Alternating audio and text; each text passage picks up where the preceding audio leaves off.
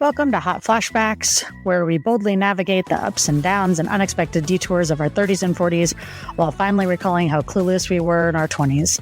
I'm Molly Ward, your captain through this midlife roller coaster. Stick around for laughs, life lessons, and maybe a few I can't believe I survived that stories. Follow our journey on Instagram and Facebook at Hot Flashbacks. Make sure to like, follow, and share so I can keep making these episodes. Let's dive in. You could pursue being a pilot. Yeah, Air shows though, just so you know. So like, don't get the wrong idea. If you're in an air show and you want me to come watch you, like I'm not coming. I hate air shows. I think that they are very boring and really hot and super loud. Again, not things I'm into. But if you want to do like a drive-by of my house with like some twirlies, I'll okay. Welcome to Hot Flashbacks. This is your host, Molly Ward. And thanks for joining us today. I am super excited to have, I say this every time because I'm excited about all my guests, and it feels like a weird intro to be like not explaining how excited I am, but I am excited to have my friend Tracy on the show today. Welcome. Hi, thanks for having me. Oh, you have a cute little like podcast voice. Also, good to see you. You and I haven't seen each other in a little while. I want to say it's been, what, a year? I think it might be more than that. Last time you guys came out to Seattle. Don't say that. I think it was last June, I feel like, because we came for Seattle Pride. Oh, maybe. We're going to go with that. We're going to go with that. I saw you 13 months ago, but always good to see you again. And I follow you on the socials all the time. So I see what you're up to. You do quite a bit of traveling, which, I love to see. And I appreciate you sharing because I don't get to travel as much as I want to. So I'm just vicariously living through all of your accomplishments. Yeah, but Tracy lives in Seattle and, outside of Seattle. So I don't really know, like, how far is it? It's like an hour south near the capital. Okay. Near the capital. Okay, so give us your intro. Tell us all the things we need to know about you in 6 seconds. No, I'm just kidding. You can have more than that. Oh my gosh. My name is Tracy Wilson, and I'm 42, and I run a luxury nail bar in downtown Olympia, Washington, and that sort of consumes my life right now. And I still skate, but yeah. So what are you into besides nails? Tell us some of your hobbies. Still play roller derby, so skating, and I'm making this the summer of paddleboarding. So I'm just we have lakes scattered all over in town, just hidden in these little neighborhoods that you'd never even know. And so we're just popping in with our boards and going and checking everything out. Yeah, just a casual float and go hang out.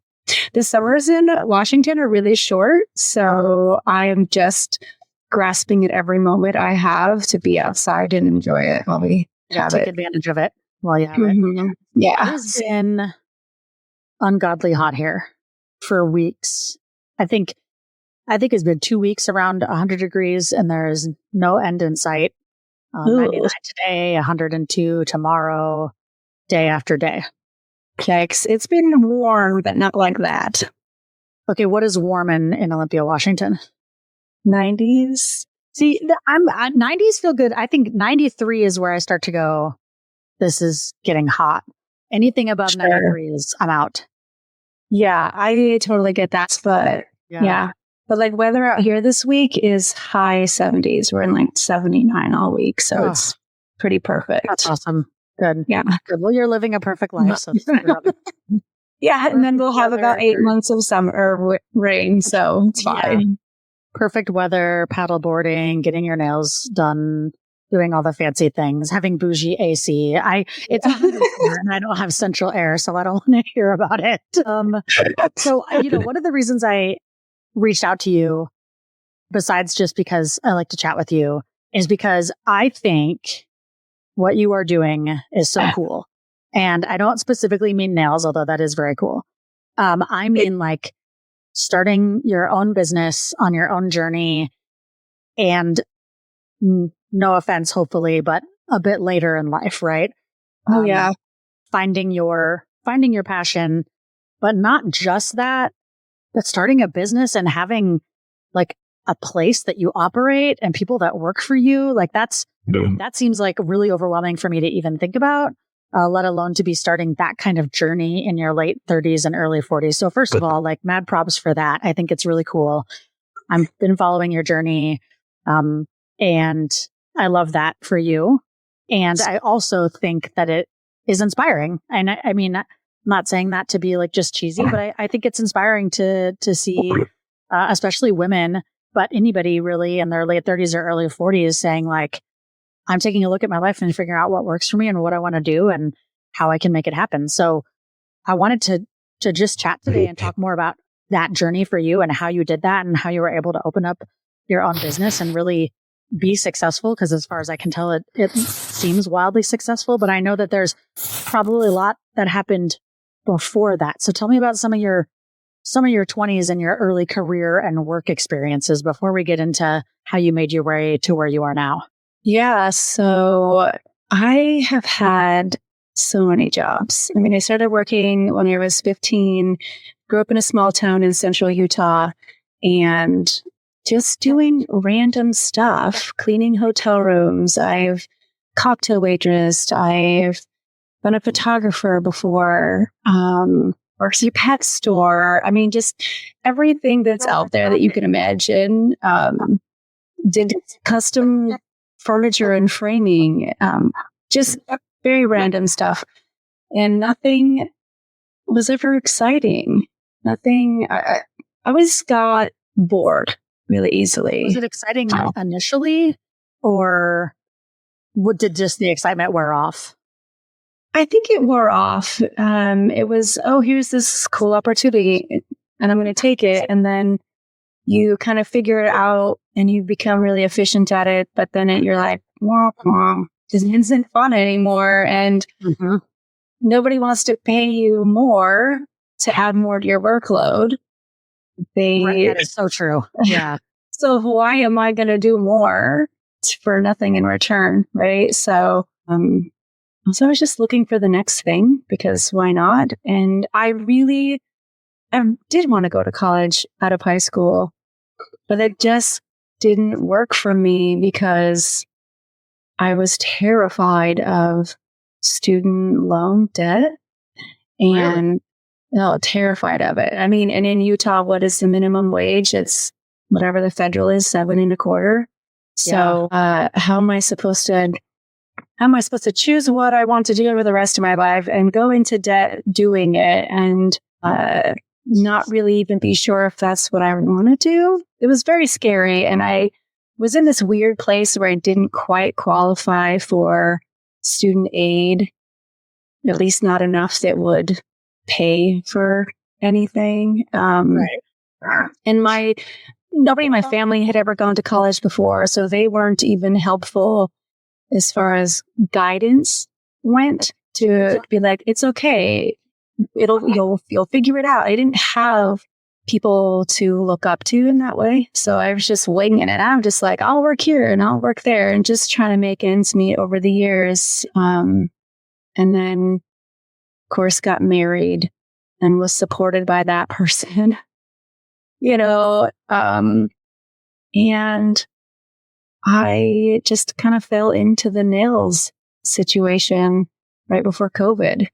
So my 20s were just kind of, I didn't get crazy. I wasn't out there partying too much and doing crazy stuff. Wasn't the raver type. Just no stripper pole. No, not really. Honestly, I was pretty mellow, all things considered. You dabbled in a variety of things, not just like, because sometimes people will sort of get focused on the service industry and they'll jump from like one restaurant to another, or they're doing office admin work from one company to the next. It seems like you had your hands in a few different things, really trying to find something that resonated. And it's interesting that you said you would leave because it wasn't fun anymore. And I think that not everybody feels like they need to have fun as a part of work. So not that that's like a bad thing. But no, and I get that. A component to be looking for Because not everybody is looking for fun at work. Some people are just like, Yeah. cool, I like this, do it. That's fine with me. But you need more than that. Yeah. And I don't even know that I was thinking about it in that way at the time. Like, oh, this isn't fun. It just wasn't, it didn't fit anymore, you know?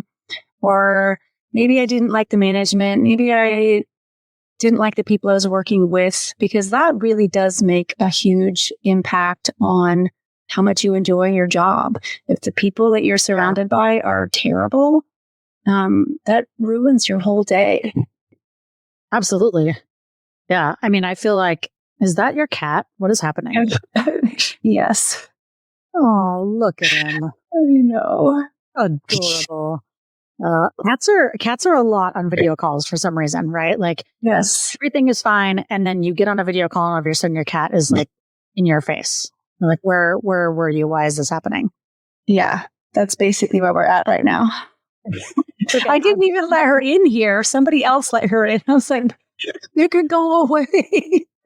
Both of my dogs were upstairs. And then as I started this call, they both made their way down here and they're both laying next to me. So, oh, at least they're quiet. I love that you want fun in the work that you do. And that probably does influence where you look for work, right? There are some things you're probably like, I don't even see how that could remotely be fun. Also, fun changes over time, right? Like the things that for sure were fun in our 20s that we thought, oh, this will be a fun job because I'm going to work at Hooters. I don't know why. I don't know why I said that. I think that, well, I don't know. Okay. I mean, you know, like it'll be fun and the outfits are cute and I'll meet lots of people and it feels like a casual restaurant. You know, it's not like a bougie place, like a Applebee's or, you know, and so actually I feel like Applebee's and Hooters are probably like the same. Outback Steakhouse. Maybe that is like, so I don't know, like that sounds fun to me in my 20s because it feels carefree. It feels taking anything home with me. Like I'm going to see a lot of people. If you told me I had to have that job now, nothing about that sounds fun anymore at all. Being on my feet all day. Like, are you kidding? Smelling like food, having to talk to people. Like none of those things are appealing anymore like they used to be. So I think our idea of fun in terms of work changes over time. Did you have a career in mind in your 20s at any point, or were you just winging it all the time, hoping something was going to really strike your fancy and take off? Honestly, just winging it. I mean, my dream job when I was younger, and I would still love to do this someday, but who knows, was to be a stunt airplane pilot. Or like those little planes at the air shows, you know, that spin around and do all the things. I don't know what it is about that, but I love it. I love that for you. I think you should pursue it. While I'm doing nails. You know, people don't need their nails done like every day of the week. So, yeah, right. You know, you could pursue being a pilot. Yeah. Air shows though, just so you know. So like, don't get the wrong idea. If you're in an air show, and you want me to come watch you, like I'm not coming. I hate air shows. I think that they are very boring and really hot and super loud. Again, not things I'm into. But if you want to do like a drive-by of my house with like some twirlies, I'll okay. Yeah. I'll write a message for you up there. Oh, that'll be so cool. Speedwriter. That would be fun. You'd specialize in like wedding proposals, you know? Yeah. See, that would be fun. Good idea. See, these are brilliant career ideas. So you wanted to be a skywriter. Yeah. But it never happened. No, it was too expensive. Okay. Skywriting school, is that like a thing? Is that okay? I'm gonna Google this because I need to know how to be a skywriter. I also am curious what it pays. What do you think it pays to be a skywriter? Oh gosh, I don't know. It better pay good though. Okay, there's no official training program or certification. It's just something you can learn to do. And just so you know, our total salary is somewhere in the neighborhood of 40 to 49,000. That's not. But I mean, how many times are you writing like in a week? That's fair. And how many messages? Because I don't know if business is good as a skywriter now that I think about it, because I haven't seen a message in the sky in a very long time. So No. If you're going to do that, I think you have to get a job like, Panama City or something, or like where people go on spring break and like that's like what you do is write messages like 2 for 1 body shots. Yeah. Another thing. That's great. That's great. Yeah. Oh my gosh. Okay. So we stumbled on to nails and that started for you, you said around COVID. Was it just a personal hobby at the time? No, I'm also not a human who normally would go get their nails done ever. So it's honestly kind of funny how I ended up there because I did go to beauty school way back in, I don't know, I want to say it was like 2008 or 2009, right around the housing crisis. I lived in Texas, that I was forced to move. So I didn't get to finish that. And it was always like, I liked that nails. I liked doing the nails part of it. Of the hair and everything else there was so much chemistry and other kind of unknowns about it. And really, I just didn't have enough experience. So I was uncomfortable doing it. Yeah. So I was like, someday I'll go back and get my nail license. And in between that, I went to Weber State University and did a few years there and got my Associate of Science. And I actually was going to, I really wanted to get a degree in ethnobotany, which is like a merge of botany and anthropology together. Anyway, I just made that up. I've never. They don't actually have a bachelor's program for that at Weber State. So, but they have classes, ethnobotany classes, but not. Gotcha. I'd have to go somewhere else. But anyway, I finished up a few years there and was like, great, now what do I do with myself? And just randomly was like, you know what? I'm going to go look into getting my nail license and see. And it took me 3 months and it cost me $1,500. And that was like it. Just how much it costs to like take the test or. Yeah, you have to go to school. And I went to a tech school there in Ogden, and it's 300 hours, and that's a state requirement. So I did my 300 hours. It took me 3 months. And so that $1,500 was my tuition and everything. And then I just had to go take the state tests and pass. Wow.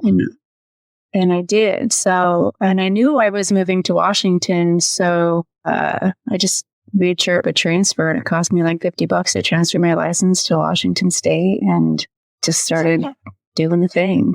So. And so you started out of your house, right? So you were taking on clients at home. And that seems like it might have been good timing too, because of COVID, that you were able to just sort of, continue to do work as you could and as you felt safe. How did you navigate? How did you get from I'm taking clients at home to I feel stable enough to open up? Yeah, there's kind of a lot that happened in between there, because when I finished school and I got licensed, it was like 3 days later, the world shut down because of COVID, and I was still in Utah. And I was like, cool, great. Thanks, universe, for telling me I waited way too long and I'm now too old to do this. So I was really frustrated. Yeah. And then once things started opening back up in Utah, which is pretty quickly, honestly, compared to a lot of other places, I was just working out of my basement, taking friends and family clients. Some of our teammates, actually, I started doing their nails, and they deserve an award because my work back then was not good. Not good. Like, I look back and I'm like, oh, I'm so embarrassed right now. Like, thank you guys. Well, if you want to feel better about that, you could have me do your nails, because I am terrible. Like, I don't understand why I always end up with so much nail polish on my, what are the sides of your fingers called? Does that have a name? Do you want to talk about like the skin part? Yeah, we just call it your sidewall. Yeah, I have a lot of polish on the sidewall. It's not a good look. It's hard. It is hard. Yes, it is hard. I can't even paint my toenails, which I think is supposed to be easier because you have both hands. I can't even do that. So you're doing nails and you're not very good.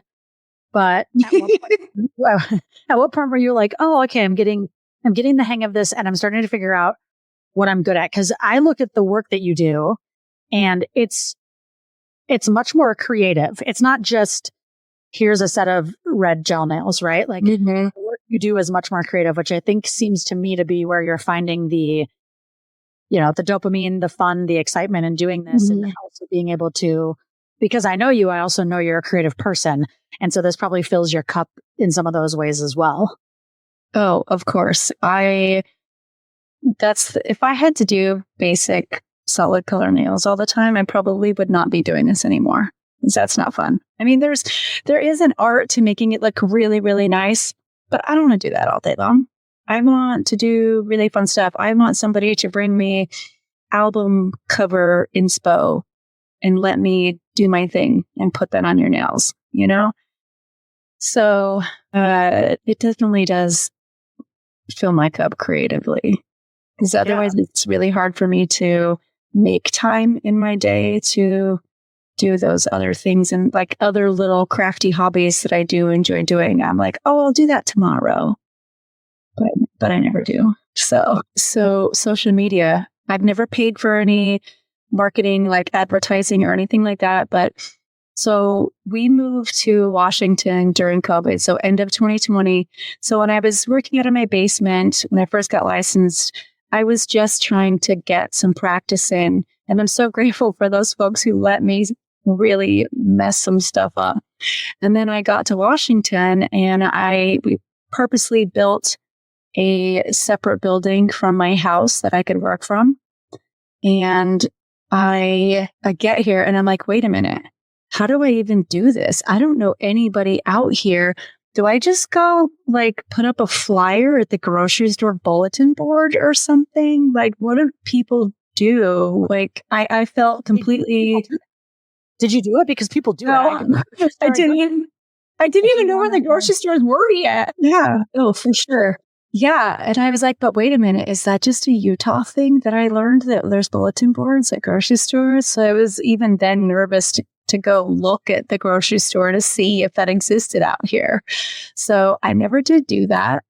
I just used Instagram. Honestly, I started finding other local businesses in the area and following them and chatting with them and just kind of networking a little bit. And granted, it was still like in the thick of COVID, and out here in Washington, it was a real serious thing. Like everything was shut down. They shut down building my house. They shut down everything. It was not like Utah. I was very different experience. I bet. So once I was allowed to start working here, I think it was April of 21, I think I might have posted on a Facebook group, like, hey, I'm doing nails if anybody wants anything. And I got a couple of clients out of it, but I really just started making a presence for myself online. And I didn't really do it. I didn't really know if it would work, honestly, but I just started talking about what I do and my processes and why it's important in the methods that I use. And I started gaining a lot of local followers and my clientele just built. And within about 6 months, I was fully booked. And then I had a wait list of over 200 people. And it just keeps growing. People. So that's, I think it also helps that people like you. You're likable. Maybe that's where I'm falling short on my end, but I do think being someone that people like helps. I mean, do you want to go get your nails done by someone you don't really like? You got to sit and talk to them for like that's an hour or 2 hours, right? Yeah. So I think in the line of work that you do, it probably really helps that people like you and like talking to you. And I think that that's one thing about my social media is that I try to be really authentic. You get what you get. I'm not faking anything. I'm just really real on there. And a lot of people can relate to that and appreciate that. And I've sort of become the expert at what I do in the room. So, and people appreciate that. It works. Yeah. And people want to see your face. Yeah. You travel and do nail stuff. I know that. Yeah. What point did you decide to to really make the leap and open your own place, because that is doing nails or doing anything if and when you want to. And I think about like being an artist, right? Because that is, you are an artist. And so doing art when you want to, when it feels good, when you're motivated, when you're in the mood is one thing. But having to sort of, when you turn that into a business, like you have, maybe it changes things a little bit. What was that like? And why did you decide to open up a shop rather than just continue the one-on-one service? That's a great question. Honestly, because I was treating it like a hobby is what I realized. I wasn't charging enough to cover anything. And at the end of 22, I think it was, my husband and I were doing our taxes, and he goes, wow, so after the classes that you've taken and travel for and, paying for all your supplies and products, it's like, you made $10,000 this year. What do you want to do next year? Like, is this really what you want to do with yourself? Yeah. Yeah. Like work 40 hours a week, and it's actually really hard on your body, what we do. You wouldn't think that it is, but sitting at a desk and you turn into like this shrimp and you just like are hunched over because you're hyper focusing with this hands in your face and doing all these little micro movements. And like, a lot of us have really messed up shoulders from it, or get carpal tunnel or back problems. And I'm like, geez, I don't want to keep doing this for 40 hours and for a hobby. Like, I love it, but is it worth doing that? And so he's like, well, what do you want to do? And my response, okay, well, I want to make 6 figures doing nails. How do we do that? How do we make that happen? And he has an MBA and runs his own business and is really good with all the number side of things and projections and whatnot. Like, he's the smart one. I'm just the one that paints pretty things. So you need both. You need both. Yeah. Yeah. So he's like, okay, how do we do that? And we just really hammered it out, and we're like, okay, how much will a space cost you? How much do your business expenses cost you? How many nail techs do you need? And at what rates are you charging? So that it works out, and that they're making a living wage, you're making a wage, and everything is handled, right? So normally something like that would have taken probably a good year for most humans to do, but I was like, oh, let's just crash course this thing and get it done in 5 months. It's fine. Everything's fine. It felt like everything was on fire, and I did have a point about a month before we opened last September where I wanted to just throw it in the towel. I had a bit of a panic attack and was like, nope, I don't want to do this ever again. I don't want to paint nails. I don't want to run this thing. I don't want to take me out of everything, unsign my lease. Can we just reverse rewind and start? I'm like, nope, I'm going to go hide in a hole somewhere. How often do you get to do nails still? So a lot of times when folks move up in management, right? So when I came into higher education, I was working one-on-one with students a lot, and I really liked that. And that's why I did the work I did. But if I wanted to move up, that meant putting layers between myself and students. And so, and a lot of times that'll kind of correspond with where you're at, in your own age. So when I was 27, it was really cool. By the time I turned 37, I felt like, okay, it's okay for me to have a little distance. How often are you getting to do nails, and is it still filling the bucket? Yeah, I definitely don't have the same clientele I had before I opened the shop, but I did that intentionally. I tried to be really smart about it because I knew that it was going to consume so much more of my time. Because the way that I have my nail bar set up, I have staff who need mentoring. So I provide regular mentoring and trainings, things of that nature, and then just running the back end of it. So I knew that I would have to let some people go, but it happened organically because I had to essentially double my rates for a set of nails when I moved into this place. So I was charging $65, $75. And now it's like $120. So just that jump for people like that caused a few people to leave, which is fine. I knew that was going to happen. And but that created a little bit of more space in my schedule to manage the other aspects of it. So I still regularly do nails. I probably have about a dozen really dedicated, loyal clients that I've had almost the entire 3 years or so that I've been out here doing nails. And then I take some kind of one-off appointments where I really want to go hard and do something really crazy and out there. But I also don't want to see that person again in 4 weeks. You don't say that to me.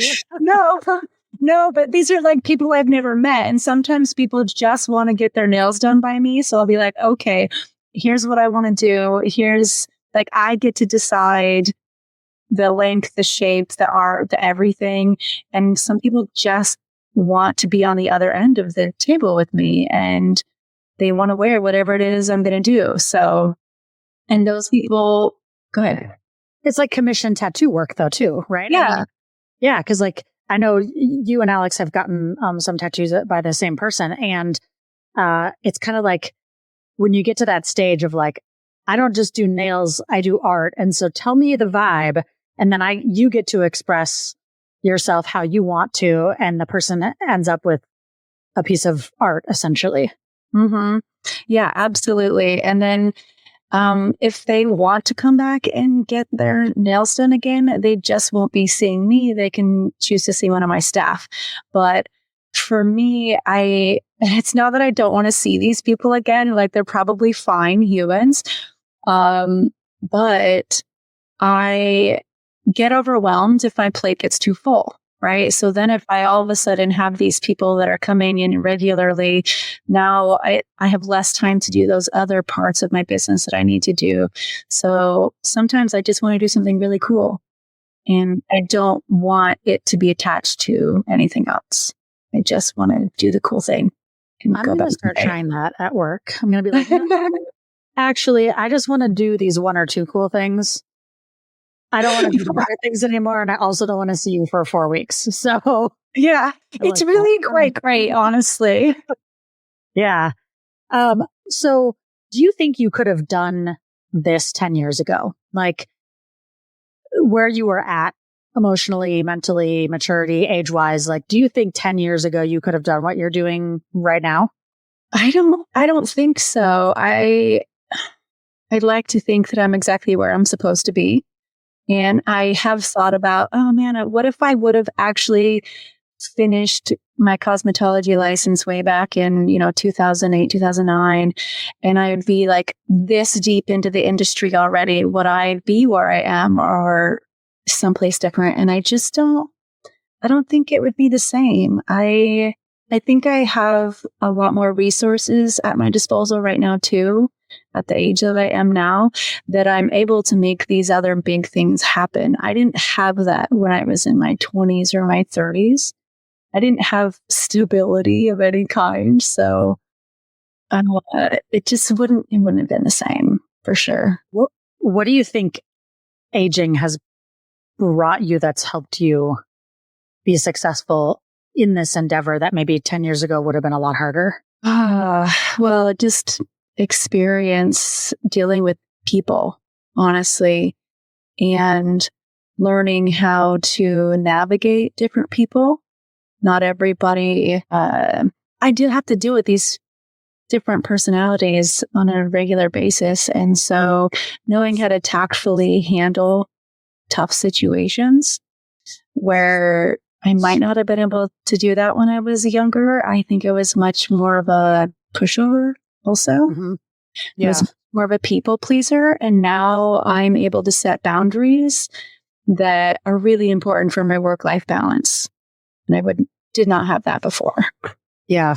I'm impressed with your ability to not just find something that you like and love, but to turn it into a career and still, we'll go with it for now, still really enjoy what you're doing. Like you're getting the opportunity to still paint nails, which is what you love. but you've turned it into something much more successful. So instead of making 10 grand a year, you can make like 12 and your husband will be so proud. Yeah. Well, and also like the resources had to have been helpful, right? Because as you said, for a lot of folks, it might have taken a year to get to that point or more. But luckily for you, or maybe not so luckily, but you have someone in your life, your husband, who has a skill set that has been probably really helpful in getting this off the ground for you in a way that a lot of people probably would have really struggled. Oh, 100%.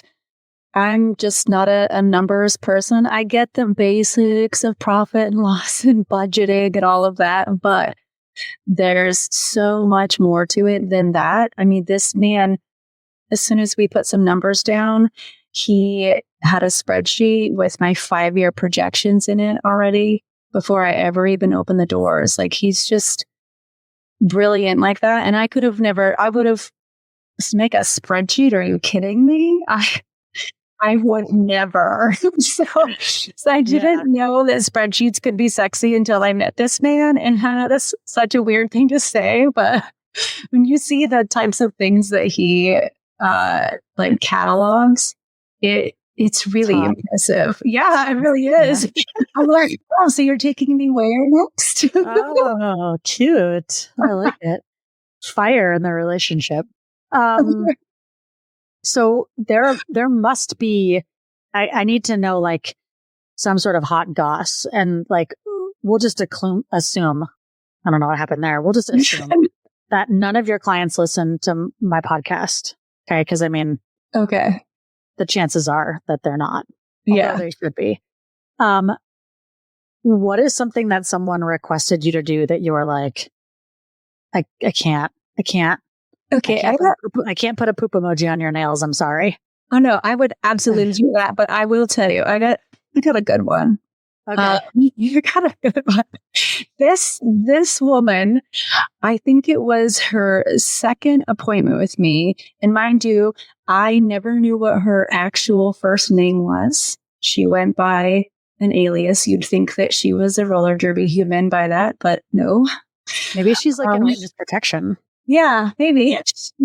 She propositioned me to do nails on a private Instagram live feed where she wanted us both to be wearing lingerie, and then we were going to charge. She wanted to charge for people to watch me do her nails, so that she could have her nails paid for. So it's like an OnlyFans situation, or basically. And I was like, and I just met this woman. Yeah, that's so wow. Odd. I think I can do that.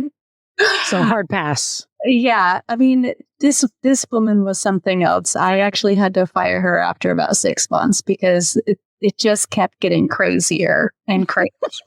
Like, one day, the very first appointment, actually, she sits down and sits across from me, and I'm like, hey, how are you? And just doing the normal, introductions. And then aggressively, she comes at me and says, by the way, I'm a whore, but you can't call me that. Whoa. Okay. Nice to meet you. It's like, what do you want? What? Well, surprisingly, she's a sex worker, so that explains a lot. But so, which is fine. Like, more power to you, right? Sure, but it didn't come up in conversation. She just like threw it at you. Just threw it at me within about 60 seconds of walking through my door. Yeah, and I was like, oh my God, that was so aggressive. But okay, cool. Please don't pay me in cash. Please go wash your hands right now. Yeah, jeez. No, it was pretty gnarly. I'm pretty sure she was also high on mushrooms one time because she was talking about how the mural in my studio was like moving and coming at her, and you don't have a mural. Yeah. Oh man, I don't know. She also, I tell you. Yeah, no, one time she's sitting across from me and she asked for permission to fart. Oh. And you said? I said, I guess do what you gotta do. What do you say? You're supposed to step outside. You're not supposed to. so caught off guard and mortified. And I was wearing a mask, and I'm the whole time thinking for the next 5 minutes, it was just silence. And in my head, I'm like, please don't let me smell it. Please don't let me hear it. Please don't let me smell it. Please don't let me hear it. Like, just move on. I'm trying to understand, because like when I have to fart, I feel like it's like either happening or it's not happening. There's no like, I'm going to hold on to this and like some in between and then put it out in the world when I'm ready. It's like, it's going to go or I'm going to, cap it off. So I don't understand how you have the moment to be like, ask. I'm going to ask permission and see what they say. And if they say no, then I have a plan. Like I'm going to hold it and get a stomach ache, or I'm going to go to the corner. Like I just don't have that kind of time. Maybe like maybe my, it's happening or it's not, and you hope for the best. Oh my God. Yeah. I mean, like I don't have a lot of notice. I don't know what she's doing, but I was like, it's either coming or it's not. So are there things you won't paint on someone's nails? Like if I was a tattoo artist and someone was like, can you please do the heart with the mom banner thing? That might be something I'm like, I'm not doing it. Is there something that you're like, I don't do that? Honestly, like Americana stuff. Oh yeah. Like American flags. Yeah. So I know in Utah, because, you've got the 4th of July and then you have, Pioneer Day later in the month.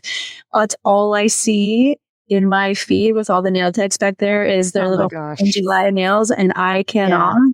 And to this day, I have never even been asked to paint 4th of July nails, and now it's just part of my identity. Like I just won't. So I'm just going to do it.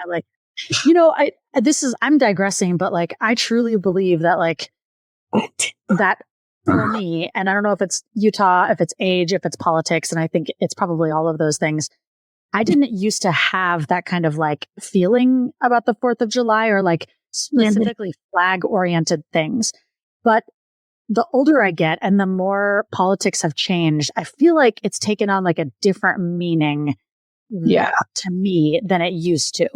And therefore, I'm also not getting 4th of July nails. And it's not that I hate my country. It's not that at all. Right. But it says something. Patriotism has changed, I think. Agreed. And so I'm less comfortable with overt patriotism because to me, overt patriotism feels like or looks like white power. And so I'm just, and I know that that's not true. Like, I know that that's not always true. I totally understand that. I'm uncomfortable with it for myself. Like, it's just not, Yeah. And I'm really grateful to be in an area where people are not big into that anyway. So your cat is just like on your body right now. She just like clawed up my back. So that was fun. So there was a weird pause. Thanks, cat. But I'll paint a dick all day long. Like I've painted color change dicks before and stuff. Like that's fun. I'm in. I'll paint that before. 100%. I'll paint those before I paint an American flag on somebody else. Easy. Yeah. So part of having your own business and part of being someone's boss and having employees and whatnot is it's got to come with some self-confidence, right? Like I don't think you get yourself into that position if you don't have the confidence to think you can do it. Do you feel like you've become more confident as you've aged? For sure. 100%. And just more comfortable with myself and who I am. I spent so much of my younger years trying to figure out how to fit in, especially in a place like Utah, where I, from as long as I can remember, never felt like I fit in. I was always the lone wolf or the outcasted one, or I very much felt that way. So, as I've gotten older, I've definitely gained a lot of self-confidence and confidence in what I'm doing and the work that I do. I still deal with a lot of imposter syndrome in my industry. It's easy to look at other people and what they're doing that are, kind of in that lateral space for me and be like, oh, but they're doing so much better and they're doing this and they're doing that. But I have to remember that everybody's bandwidth is different. And this other person over here that's doing this other thing in the industry, they don't have the same responsibilities and same other demands on their time that I do. They might be choose to not have kids and all of these other hobbies and whatnot, right? And I'm just trying to do like all of the things. So it's going to take me a lot longer to get there, you know? So I have to remember not to compare myself to these other people in the industry as well. But my confidence has definitely boosted, even just in the last couple of years with what I do.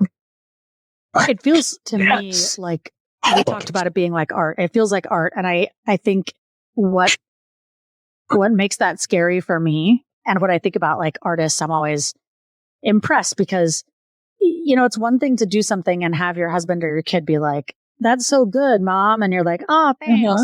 It is a different thing to put your stuff out there and open yourself up to critique, criticism, and feedback about something that you think you're good at. And obviously, like, you wouldn't share it if you didn't think you were good at it, right? Like, I'm a terrible drawer. I'm not over here just like posting drawings on Instagram. I suck at drawing. Like, I'm not. Now, if I was good at drawing, I might be sharing some of those things. So it's got to be vulnerable in some ways. Does it feel like that? Oh, 100%. And I think that's one of the gifts actually that I have is vulnerability is safe for me, which I know is not the case for a lot of people. I know a lot of people being vulnerable feels icky and gross and makes them want to throw up. But for me, it's safe. And that's how I also connect with people is that vulnerability. And so, putting it out there, I'm never worried that somebody's gonna come at me and be gross. I've honestly never really had any trolls on any of my posts that are telling me my work is shit or go get a real job or anything like that. That vulnerability is easy for me. So I think that is the one thing that works in my favor in the industry that I do. So, and that makes sense. But also like, for me, I think the hard part, even though like I've grown a lot in self-confidence, is if people don't come, then it's because your work isn't good enough. And so I'll translate that to like what I was saying previously about not wanting to actually start the podcast because it felt vulnerable. And it felt like if I started it and put it out there and people didn't listen, then that meant I wasn't worth listening to. And I know that those things are not necessarily connected, but when you own something in that way, when you start your own podcast or write your own novel or, you know, do your own painting and make your own nails, it's like for me anyway, it feels like a piece of me. And then if people don't accept it or don't like it or just don't engage in it, that's the vulnerability that I fear, you know? Sure. Yeah. Well, and even I just post all of my stuff on social media, like on Instagram. And it's also easy to get into that, like, oh no, not very many people are liking this set that I did. Like, should I have done that? Or a reel that I've made that is a tutorial, or I just have to adopt the mindset of like, well, it's out there and it is what it is. Just go for it, honestly. Yeah. I know. We can get in our heads too much, you know, and like you're saying, those things aren't necessarily related. Just because it doesn't blow up right away doesn't mean it's not good, and doesn't mean that what you have to say or share is valuable. It's just your audience hasn't found you yet. We are our own worst critics always. So yeah, 100%. Well, I just want to close out by saying, if you could go back in time to your 20s and give your younger you, 20-year-old, 24-year-old Tracy, some advice, what would it be?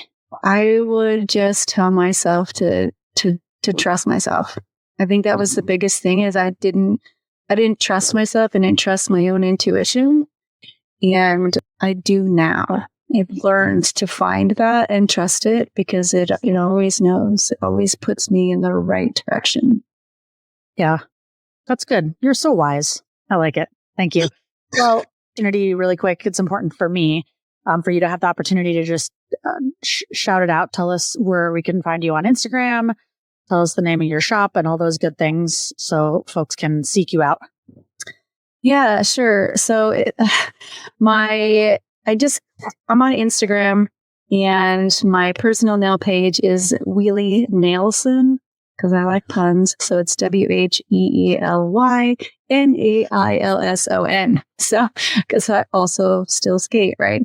And then my nail bar is called Knuckle Sandwich Nail Bar. You can also find that on Instagram. We post all of the fun stuff. So awesome.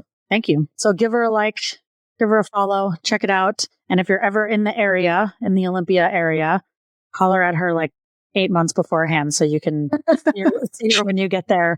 We're just going to show up. That's what I'm going to do. I'm just going to show up. I don't have my nails done. I'm just going to come see you. So. Yeah, we'll make time for you. Awesome. Tracy, thanks for being here. I appreciate it. Thank you for sharing your story. And like, you never know who you could inspire and what can be inspirational to other people. And I think that the work you're doing and finding your talents and finding yourself and not being afraid to take those risks in your later years is harder. And so you're inspirational to me. Yeah, thanks so much. It's been a fun journey so far. So happy to share it. I appreciate it. Thank you very much. This is Hot Flashbacks. We're out. Want more? We're on all the major podcasting platforms like Apple Podcasts, Spotify, and Amazon Music. Just search for Hot Flashbacks and subscribe.